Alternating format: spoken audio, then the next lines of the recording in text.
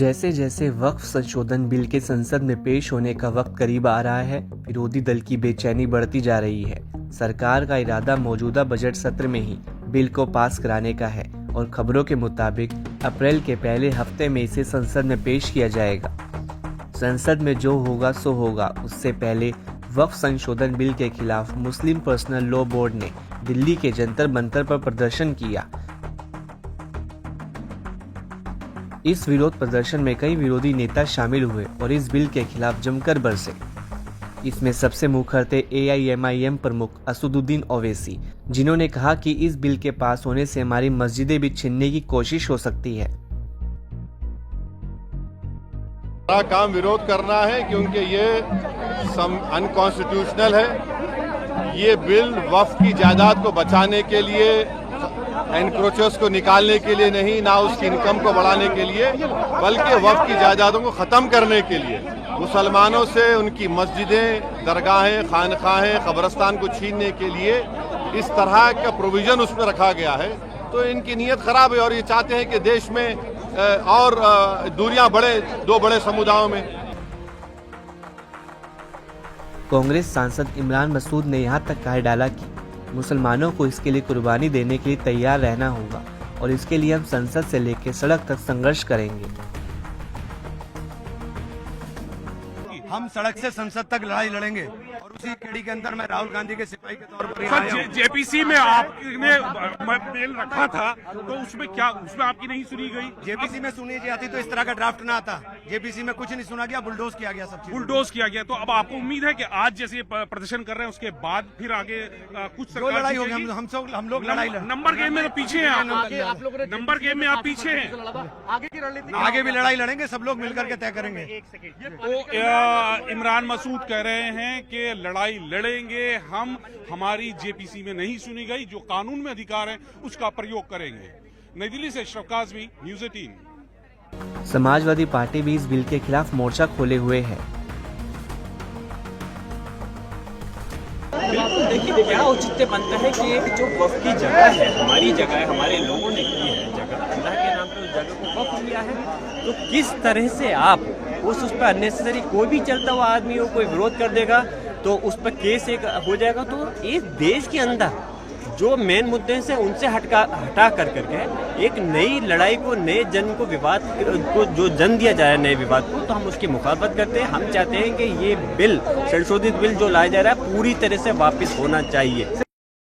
जो भी करना पड़ेगा, ये प्रोटेस्ट तो हमारे राष्ट्रपिता महात्मा गांधी जी जब सरकार को जगाने के लिए सांसद धर्मेंद्र यादव है हमारे साथ बातचीत करने के लिए आज all India Muslim personal board के समर्थन में आप पहुंचे हैं। लगातार सरकार ये कह रही है, पब्लिका पार्टी ये कह रही है कि गुमराह करने की कोशिश है, कोई अब कब्रिस्तान या मस्जिद की जमीन को देख नहीं पाएगा। ये बयान सरकार नहीं, लगातार ये जो बिल है, ये बिल सारे वक्ताओं को सुना, देश के सबसे बड़े बड़े विद्वानों ने अपनी बात यहाँ की कही। सारे लोगों का एक ही मत है कि ये बीजेपी के लोग मुसलमान भाइयों की जमीनें हैं उन पर कब्जा करना चाहते हैं। उनके जो इदारे हैं, उनके जो शिक्षण संस्थाएं हैं, उनका जो कब्रिस्तान, उनकी जो मस्जिदें हैं, उन मस्जिदों पर कब्जा करना चाहते हैं जमीनों। और उत्तर प्रदेश की सरकार तो बहुत एडवांस चल रही है, वो तो उत्तर प्रदेश की मस्जिदों का सर्वे भी करा चुकी है, आप पता करिए। सर ये कह रहे हैं कि पूरे देश में इसी तरह के प्रोटेस्ट होंगे और ये भी कहा गया कि किसान आंदोलन की तरह सड़कें जाम कर दी जाएंगी। तो क्या समाजवादी पार्टी को लगता है कि ये जो प्रोटेस्ट की बात कही जा रही है होना चाहिए इस तरह से? जो भी करना पड़ेगा, ये प्रोटेस्ट तो हमारे राष्ट्रपिता महात्मा गांधी जी जब सरकार को जगाने के लिए, अपनी बात मनवाने के लिए शांतिपूर्ण प्रोटेस्ट का एक रास्ता दिखा गए। सांसद धर्मेंद्र यादव जी हमारे साथ में हैं। इस बिल का, अमेंडमेंट बिल का पुरजोर विरोध करेंगे। मुस्लिम पर्सनल लॉ बोर्ड के लोग जो फैसला लेंगे उसका हम समर्थन करेंगे। मुस्लिम पर्सनल लॉ बोर्ड का कहना है कि उनकी बातों को नजरअंदाज किया गया। संयुक्त संसदीय समिति यानी JPC को करीब 5 करोड़ मुसलमानों ने ईमेल के माध्यम से अपनी राय बताई, लेकिन उन सबको नजरअंदाज किया गया।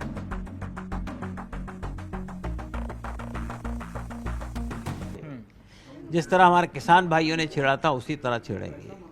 और हम उसके रास्ते क्या होंगे उस पर हम बैठ कर सोचेंगे। लेकिन देशव्यापी अभियान का मतलब ये होता शाहीन है। बाग को लेकर आपसे अभी आपने सफाई भी दी थी कि उससे मुराद आपकी ये है, तो क्या कहना आप चाहते हैं? देखिए, शाहीन बाग का बात मैंने नहीं कही थी। कल के प्रेस कॉन्फ्रेंस में एक रिपोर्टर ने मुझसे पूछा तो क्या आप शाहीन बाग बनाएंगे, तो मैंने कहा भाई शाहीन बाग भी एक प्रोटेस्ट का तरीका था, उसमें क्या कबाहत थी, हमें तो नजर नहीं आया कोई बात। लेकिन हम तो ये कह रहे हैं हम देशव्यापी अभियान छोड़ेंगे। सर, शाहीन बाग के बाद हमने देखा कि नॉर्थ ईस्ट में दंगे हुए, देश भर में अलग अलग हिंसा हुई थी, तो शाहीन बाग जब नाम आता है तो सीए का वो दौर याद आता है। इस वजह से बार बार ये सवाल पूछा जा रहा है कि अगर आप ये कह रहे हैं कि शाहीन बाग में क्या दिक्कत थी, तो क्या वक्फ संशोधन बिल को लेकर इसी तरह की तस्वीरें कहीं दोबारा तो नहीं दिखाई देंगी? देखिए, पहली बात तो मैं ये बताना चाहता हूँ आपसे, शाहीन बाग की वजह से कोई दंगा नहीं हुआ है। ये एलिगेशन है पुलिस का, वो अभी प्रूफ नहीं हुआ है अदालत में। तो एलिगेशन है, एलिगेशन को आप ये सबूत पेश करेंगे तो बात गलत उसी है। दौरान दंगे हुए थे सर, नॉर्थ हुए होंगे, उसमें उससे कोई मसला होता है। लेकिन देखिए, मसला ये है कि हमने तो ये बात कही कि हम देशव्यापी अभियान छोड़ेंगे, हम उस पर कायम।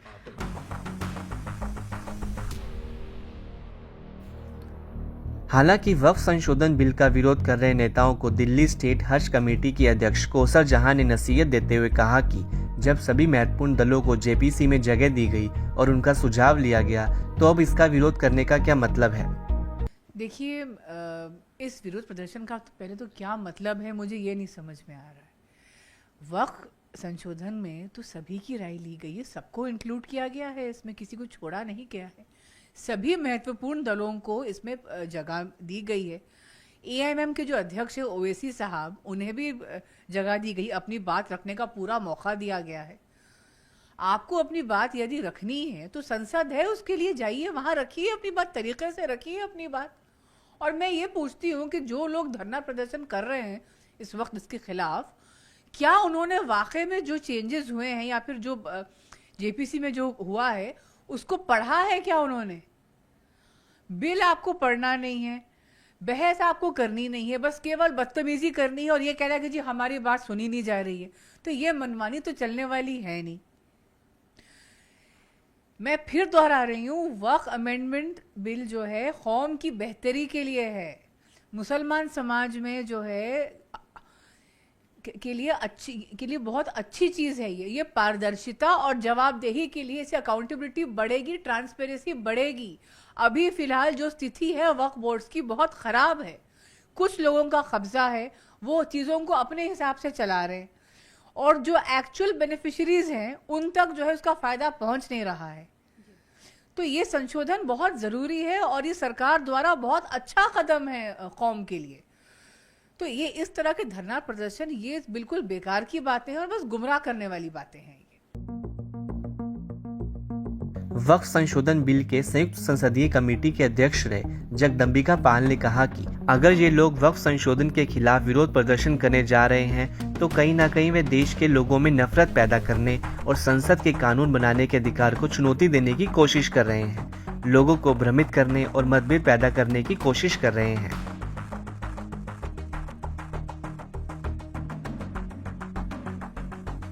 ये केवल सियासी तौर से विरोध हो रहा है। अभी तो एक्ट भी नहीं आया, हमने अपनी रिपोर्ट 428 पेज की दी है, उसके आधार पे सरकार उसको अप्रूव करके सरकार उस पर अमेंडेड जो 44 संशोधन पहले थे, अब उसको जो हमने हमारी रिपोर्ट पे हमने 14 अमेंडमेंट्स किया, उसके आधार पे एक अमेंडेड बिल आएगा। उस बिल को पास होने के बाद इनको कोई बात कहनी चाहिए। इसका मतलब है कि बिल अभी आया भी नहीं, कानून बना भी नहीं। किस सवाल पे आज जंतर मंतर पे all India Muslim personal law board हो, जमायत उलमा हिंद हो या ओवैसी की पार्टी एआईएमएम हो या विपक्ष की पार्टियों को नेताओं को बुलाया जा रहा है, ये केवल सियासी तकरार है। लोगों के मन में गुमराह किया जा रहा है, सरकार के प्रति केवल एक विरोध करने के लिए कहा जा रहा है। अन्यथा ये कानून जो सरकार लेकर के आई थी और जेपीसी को सुपुर्द हुआ था, वो एक बेहतरी के लिए। लोग कह रहे हैं जंतर मंतर में बैठ के साहब हमारे अख्तियार डीएम को दे दिया जाएगा। कहीं नहीं डीएम को, अगर कोई डिस्प्यूट होगा वक्फ की प्रॉपर्टी के साथ और किसी का चाहे किसी सरकार के साथ या किसी और के साथ, अब डीएम को अधिकार नहीं होगा। डीएम से ऊपर चाहे कोई राज्य सरकार का सेक्रेटरी होगा, कमिश्नर होगा। और यहां तक कि ट्रिब्यूनल में अगर कोई एग्रीव्ड है तो उसको हाईकोर्ट सुप्रीम कोर्ट जाने का उसको अवसर मिलेगा। और बेहतर कानून बनाया जा रहा है। इसके बाद भी मुझे तो आश्चर्य है कि किसी एक सवाल को तो बता दें कि इस हमारी रिपोर्ट में उनके हितों पे कुठाराघात होगा या हमने ऐसा कोई प्राविधान किया है जिसपे वो सवाल उठा करके देश को गुमराह कर रहे हैं कि साहब मस्जिद और खानका कब्रिस्तान ये चली जाएंगी। ये केवल देश को झूठ फैलाना है। जी सर, वक्त प्रॉपर्टी को लेकिन वो लोग इनसिक्योर हैं। उनका कहना है कि हमारी जमीनों को जबरदस्ती छीना जा रहा है और खासकर जो है हमारी जो रिलीजियस प्लेसेस हैं उनको छेड़ा जा रहा है। और साथ ही ये भी है कि किस तरह से हम लोग को जो है दबाया जा रहा है। और उन्होंने बोला अगर हमारी मांगे नहीं पूरी होती हैं तो शाहीन बाग या जो और प्रोटेस्ट हुई है सीए को लेकर इस तरह की प्रोटेस्ट की जाएंगी। देखिए, वक्फ की जमीनों को कोई छीनने नहीं जा रहा है। वक्फ की जमीन को तो अगर कहीं खुर्द-बुर्द किया जा रहा है, बेचा जा रहा है तो उनके मुतवल्लियों के द्वारा। क्या कहीं सरकार ने वक्फ की जमीन को बेचा है? किसी हिंदू ने बेचा है? अगर कहीं भी कोई खुर्द-बुर्द हो रहा है, कोई अगर उसको डिस्पोज किया जा रहा है तो वही मुतवल्ली, वही केयरटेकर, वही वक्फ बोर्ड से जुड़े हुए लोग हैं। आज ये अगर अमेंडमेंट आ रहा है तो इस बेहतरी के लिए आ रहा है कि अब वक्फ की प्रॉपर्टी को कोई बेच नहीं पाएगा। वो रजिस्टर्ड होगी, वामसी पोर्टल पे होगा। उसका लाभ गरीब, पसमानदा, बच्चों, अनाथ, विधवाओं को मिले। और ये कहना कि अगर ये कानून पास हो गया तो शाहीन बाग बना देंगे, इस तरह की धमकियां तो पहले भी आई। जब आर्टिकल 370, 35A हो रहा था तो ऐसी धमकियां आ रही थी कि जम्मू कश्मीर में खून की नदियां बह जाएंगी।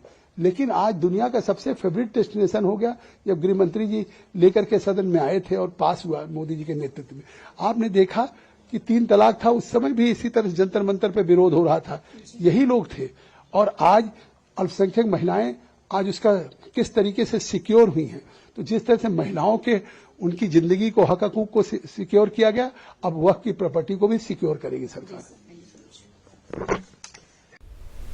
आइए अब समझते हैं कि मोदी सरकार वक्फ कानून में क्या क्या बदलाव करने जा रही है। केंद्र सरकार पुराने कानून में कुल 40 बदलाव करना चाहती है और इनमें ये सबसे अहम है। वक्फ संशोधन बिल के मुताबिक वक्फ बोर्ड में अब 2 गैर मुस्लिम सदस्य होंगे। बोर्ड के सीईओ में गैर मुस्लिम हो सकते हैं। वक्फ बोर्ड में 2 महिलाओं को शामिल करने का प्रस्ताव। बोहरा आगा खानी मुस्लिमों के लिए अलग वक्फ बोर्ड बनाने की बात। बोर्ड में सरकार की दखल बढ़ेगी। केंद्र सरकार सीएजी के जरिए वक्फ की संपत्ति का ऑडिट करा सकेगी। वक्फ बोर्ड को संपत्ति का रजिस्ट्रेशन जिला मजिस्ट्रेट के दफ्तर में कराना होगा। वक्फ बोर्ड के दावे के खिलाफ अदालत जाने का अधिकार है। इस बिल के जरिए वक्फ बोर्ड को लोकतांत्रिक और संविधान के मुताबिक बनाया जा रहा है, लेकिन मुस्लिम नेता इसको लेकर अंजाम तक भुगतने की धमकी दे रहे हैं। बार बार ये अफवाहें फैलाई जा रही हैं कि सरकार मुसलमानों के धर्म में ही घुसना चाहती है। हालांकि सच तो ये है कि नए कानून से सबसे ज्यादा फायदा भी मुसलमानों को ही होगा।